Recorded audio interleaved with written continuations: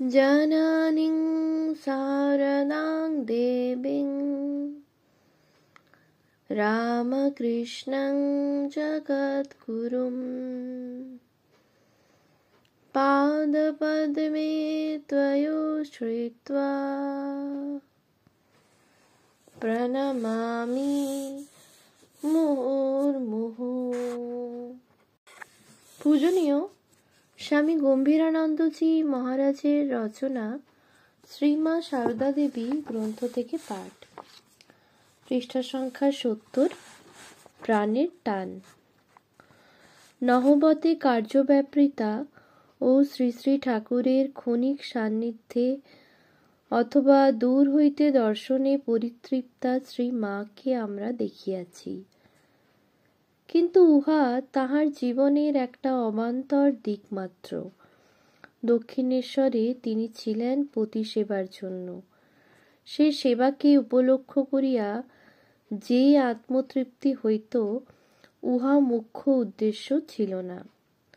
যদি তাহা হইত, তবে নহবতের অশেষ কায়ক্লেশে তাহার মন একদিন না একদিন বিদ্রোহী হইয়া উঠিত এবং উহার প্রতিবিধানের উপায় অন্বেষণ করিত। প্রতিকারও এমন দুর্লভ ছিল না, কারণ দক্ষিণেশ্বরেই অদূরে শম্ভুবাবুর নির্মিত পৃথক গৃহ ছিল। আবার আপনাকে নহবতে একান্ত পিঞ্জরাবদ্ধ না রাখিলেও তেমন আপত্তি করার কেহ মন্দিরোদ্যানে ছিল না। যাহা হোক, ইহা আমাদের প্রধান আলোচ্য বিষয় নহে। আমরা বর্তমান অধ্যায়ে শ্রী মায়ের পতি সেবার এবং তাহারই অনুগামী ভক্ত সেবার অনুসরণ করিব। সেবানিরতা শ্রী মায়ের দর্শন আমরা পূর্বেও পাইয়াছি, পরেও পাইব। এখানে প্রধানত ভক্ত সমাগমের ও শ্রী শ্রী ঠাকুরের কণ্ঠরোগের সময়ের মধ্যেই আমাদের দৃষ্টি নিবদ্ধ রাখিব। শ্রী মা যতদিন না দক্ষিণেশ্বরে আসিয়া ঠাকুরের সেবা ভার স্বহস্তে গ্রহণ করিয়াছিলেন, ততদিন হৃদয়াদির উপর নির্ভর করিয়া ঠাকুরের দিন একরূপ চলিয়া যাইতেছিল।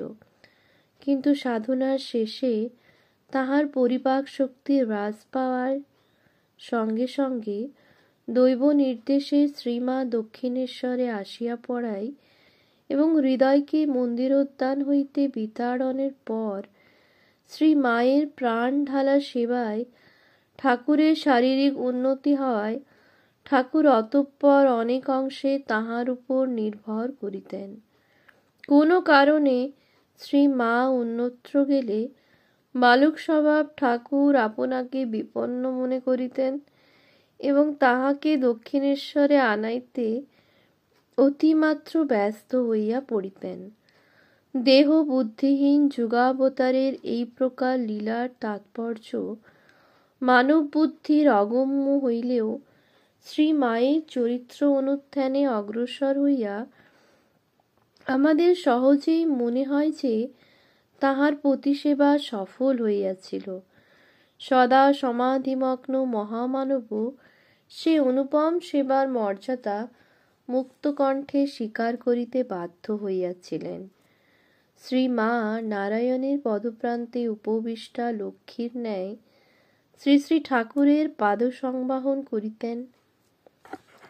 স্নানের পূর্বে তাহার অঙ্গে তৈলমর্দন করিতেন এবং দেহের অবস্থা বুঝিয়া রুচিকর ও পুষ্টিকর আহার্য প্রস্তুত করিয়া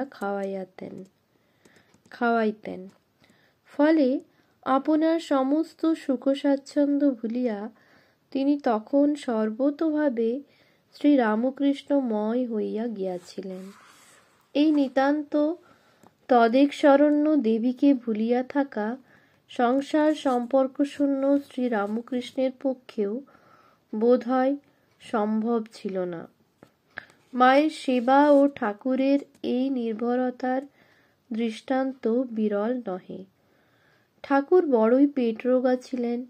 শ্রী মা নহবতে আসিয়া ঠাকুরের ইচ্ছামতো শুক্তা, ঝোল প্রভৃতি রাঁধিয়া দিতেন। মাসের মধ্যে যে 3 দিন উহা পারিতেন না, সেই কয়দিন ঠাকুরের জন্য কালী মন্দির হইতে প্রসাদ আসিত।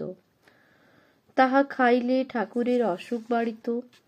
তাই একদিন তিনি শ্রী মাকে বলিলেন, দেখো, তুমি এই 3 দিন রান্না না করাতে আমার অসুখটা বেড়েছে, তুমি ও কদিন কেন রাঁধলে না? শ্রী মা বলিলেন, মেয়েদের অসুচির 3 দিন তারা কাউকে রেঁধে দিতে পারে না।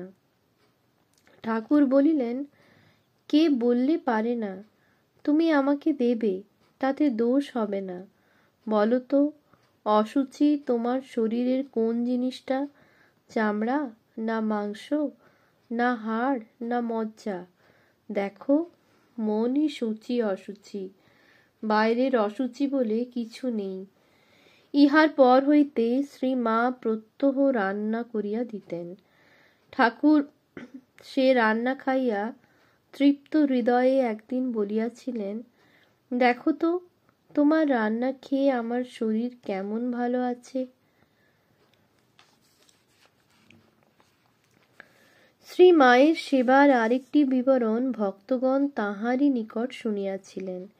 একবার শ্রী শ্রী ঠাকুরের অসুখের সময় কুমারটুলির গঙ্গাপ্রসাদ সেনকে দেখানো হইল। কবিরাজ জল বন্ধ করিয়া ঔষধ সেবনের ব্যবস্থা করিলেন।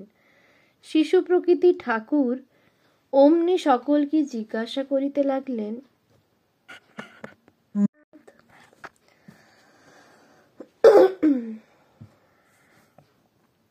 শিশু প্রকৃতি ঠাকুর অমনি সকলকে জিজ্ঞাসা করিতে লাগিলেন, হ্যাঁ গা, জল না খেয়ে পারব? শ্রী মাকেও জিজ্ঞাসা করিলে তিনি বলিলেন, পারবে বই কি। ঠাকুর সাবধান করিয়া দিলেন, বেদানা পর্যন্ত জল পুঁছে দিতে হবে, দেখো যদি তোমরা পারো। শ্রী মা আশ্বাস দিলেন, তা মা কালী যেমন করবেন যথাসাধ্য তাঁর ইচ্ছাই হবে। শেষে মন স্থির করিয়া জল পান ছাড়িয়া দিয়া তিনি ঔষধ খাইতে আরম্ভ করিলেন। শ্রী মা তাহাকে রোজ 3-4 সের, শেষে 5-6 সের পর্যন্ত দুধ দিতেন। গাই দোহাইবার যে লোকটি দুধ দিত, সেই শ্রী মাকে বেশি বেশি দুধ দিয়া যাইত। বলিত, ওখানে দিলে কালীর ভোগ বেটারা বাড়ি নিয়ে যাবে, কাকে না কাকে খাওয়াবে, আর এখানে দিলে উনি খাবেন। তাই সে 5-6 সের পর্যন্ত দিয়া যাইত। শ্রী মা সন্দেশ, রসগোল্লা ইত্যাদি যাহা থাকিত ওই ব্যক্তিকে দিতেন। তখন ওই সকল জিনিস যথেষ্ট আসিত, তাই অভাব ছিল না। তিনি দুধ জাল দিয়া ঘন করিয়া 1 সের 1.5 সের করিয়া ঠাকুরকে দিতেন। ঠাকুর যখন জিজ্ঞাসা করিতেন, কত দুধ, তখন তিনি ঘন দুধের কথাই মনে করিয়া বলিতেন, কত আর 1 সের 5 পো হবে। ঠাকুরের সন্দেহ দূরীভূত না হওয়ায় তিনি বলিতেন, না, এই যে পুরু স্বর দেখা যাচ্ছে। শ্রীমা তথাপি নানাভাবে বুঝাইয়া ওই ঘন দুধ সবটাই তাহাকে খাওয়াইতেন। একদিন আহারের সময় গোলাপ মা উপস্থিত ছিলেন। ঠাকুর তাহাকে জিজ্ঞাসা করিলেন, হ্যাঁ গা, কত দুধ হবে? গোলাপ মা ব্যাপারটা ভালো করিয়া না বুঝিয়াই পাতলা দুধের পরিমাণ বলিয়া দিলেন। অমনি ঠাকুর চমকাইয়া উঠিয়া বলিলেন, এত দুধ? তাই তো আমার পেটের অসুখ হয়। ডাক ডাক। আহ্বান শুনিয়া শ্রী মা আসিতেই ঠাকুর প্রশ্ন করিলেন, কত দুধ? মা পূর্বেরই ন্যায় উত্তর দিলেন, 5 পো হবে, আর কি? ঠাকুর তবু জিজ্ঞাসা করিলেন, তবে যে গোলাপ বলে এত? মা নির্বিকার চিত্তে উত্তর দিলেন, গোলাপ জানে না। এখানের মাপ গোলাপ জানে? ঘটিতে কত দুধ ধরে গোলাপ জানবে কি করে? সেদিন এ পর্ব ওইখানেই শেষ হইল। কিন্তু ঠাকুর আর একদিন গোলাপ মাকে দুধের পরিমাণ জিজ্ঞাসা করিলেন এবং গোলাপ মাও বলিয়া ফেলিলেন, এখানকার এক বাটি আর কালীঘরের এক বাটি। ঠাকুর শুনিয়া বলিলেন, এত দুধ? ডাক ডাক, জিজ্ঞাসা কর। শ্রী মা আসিতেই ঠাকুর বলিলেন, বাটিতে কত ধরে? ক ছটা ক পো। শ্রী মা উত্তর দিলেন, ক ছটা ক পো অত জানি নে। দুধ খাবে তা ক ছটাকের ঘটি, ক পো, অত কেন? অত হিসাব কে জানে?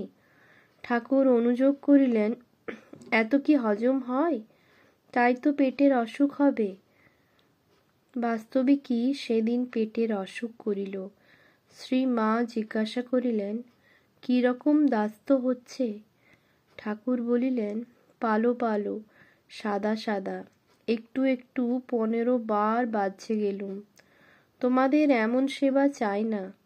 সেদিন আর বিকালে কিছু খাইলেন না, ভাত ইত্যাদি পড়িয়া রহিল। শ্রী মা একটু সাগু করিয়া দিলেন। সত্যে প্রতিষ্ঠিত ঠাকুরের শরীরের উপর মনের ক্রিয়া দেখিয়া অনুতপ্তা গোলাপ মা শ্রী মাকে বলিলেন, মা, বলে দিতে হয়, আমি কি জানি? তাই তো খাওয়া নষ্ট হলো। শ্রী মা তাহাকে বুঝাইলেন, খাওয়ার জন্য মিথ্যা বললে দোষ নেই, আমি এই রকম করে ভুলিয়ে টুলিয়ে খাওয়াই। শ্রী মা মন ভুলানো কথাগুলির সত্যতার উপর দৃষ্টি না রাখিয়া সেবার উপরই দৃষ্টি রাখিয়াছিলেন। তিনি লক্ষ্য করিতেছিলেন যে তাহার ঐকান্তিক যত্নে ঠাকুর সারিয়া উঠিতেছেন, শরীর হৃষ্টপুষ্ট হইতেছে। উপরের বিবরণের দু একটি বিষয় একটু চিন্তা প্রয়োজন। শ্রী মা ঠাকুরকে দুধের পরিমাণ সম্বন্ধে হিসাব করিতে নিষেধ করিয়াছিলেন। সম্ভবত এই যুক্তি ঠাকুরের চিন্তাধারার অনুসরণ ক্রমেই শ্রী মায়ের মনে উদিত হইয়াছিল। একবার কালীবাড়ির খাজাঞ্চি ঠাকুরের মাসিক বরাদ্দের হিসাবে কি গোল করিয়া কম দিয়াছিল। শ্রী মা উহা শুনিয়া খাজাঞ্চিকে বলিয়া ভুল শোধরাইবার পরামর্শ দিলে ঠাকুর বলিয়াছিলেন, ছি ছি, হিসাব করব? বর্তমান ক্ষেত্রেও শ্রী মা সম্ভবত সরল বিশ্বাসী, পরের উপর নির্ভরশীল ও বেহিসাবী ঠাকুরকে নিজের যুক্তিতেই পরাস্ত করিয়া দুগ্ধপানে প্ররোচিত করিতে চাহিয়াছিলেন। দ্বিতীয়ত, ঠাকুরকে এইভাবে বুঝাইয়া শুনাইয়া খাওয়াইবার চেষ্টা সহিত আমাদের সম্মুখে ভাসিয়া ওঠে প্রিয়জনকে, বিশেষত অবোধ বালক বালিকাদিগকে প্রীতিভরে আহার করাইবার চিত্র। মাতা, ভগিনী, পত্নী প্রভৃতি আত্মীয়বর্গ কত ভাবে ভুলাইয়া হিতকর খাদ্য সকল প্রিয়পাত্রকে ভোজন করান এবং ওইরূপে তাহাদের দেহের পুষ্টি সম্পাদন করেন। সেই স্থলে মাতা প্রভৃতিকে কেহ মিথ্যাবাদিনী বলার সাহস রাখে না, ওই চিন্তা মনেও উঠে না। ভালো মন্দ মিশ্রিত এই সংসারে আমরা ভালো তাহাকেই বলি যাহাতে সত্যাধিক্যবশত তমোরজ অভিভূত হয়ে যায়। গোলাপের সবটুকু ভালো নহে, তথাপি প্রভাতের শিশিরসিক্ত কুসুমগুলি সুপ্তোত্থিত নয়নকে অন্য সমস্ত বিষয় হইতে টানিয়া আনিয়া শুধু আপনার সৌন্দর্যরাশির মধ্যেই আবদ্ধ করিয়া রাখে এবং তজ্জন্য সে স্মৃতিও নিরবিচ্ছিন্ন আনন্দেরই আকর হয়। জননী প্রভৃতির অনুপম স্নেহসিক্ত কোমল অনুরাগ রঞ্জিতই করিয়া থাকে। জননী প্রভৃতির অনুপম স্নেহসিক্ত কোমল কথাগুলিও তেমনি অপর সমস্ত বিষয় ভুলাইয়া দিয়া প্রিয়জনের মনকে শুধু অনুরাগ রঞ্জিতই করিয়া থাকে এবং উত্তরকালে চিন্তার অবতারণা হইলে কেবল সেই প্রীতিটুকুকেই স্মৃতিপথে তুলিয়া ধরে। শ্রীমা এইরূপ মন ভুলানো কথা প্রয়োগ করিয়াই ক্ষান্ত হইতেন না। ঠাকুর অধিক ভাত দেখিলে ভয় পাইতেন, তাই তিনি ভাত বাড়িবার সময় হাত দিয়া চাপিয়া চাপিয়া দিতেন। ঠাকুরের জননী যতদিন ছিলেন ততদিন ঠাকুর প্রায়ই নহবতে আসিয়া দ্বিপ্রহরের আহার গ্রহণ করিতেন। শাশুড়ির দেহত্যাগের পর শ্রীমা আহার্য হস্তে শ্রীরামকৃষ্ণের কক্ষে উপস্থিত হইতেন এবং তাহাকে আসনে বসাইয়া পাখা দিয়া মাছি তাড়াইতে তাড়াইতে প্রীতিপূর্ণ কথা বলিয়া তাহার ঊর্ধ্বগামী মনকে আহারের দিকে ধরিয়া রাখিতেন। ওম শান্তি শান্তি শান্তি। হরি ওম তৎসৎ। শ্রীরামকৃষ্ণার্পণমস্তু।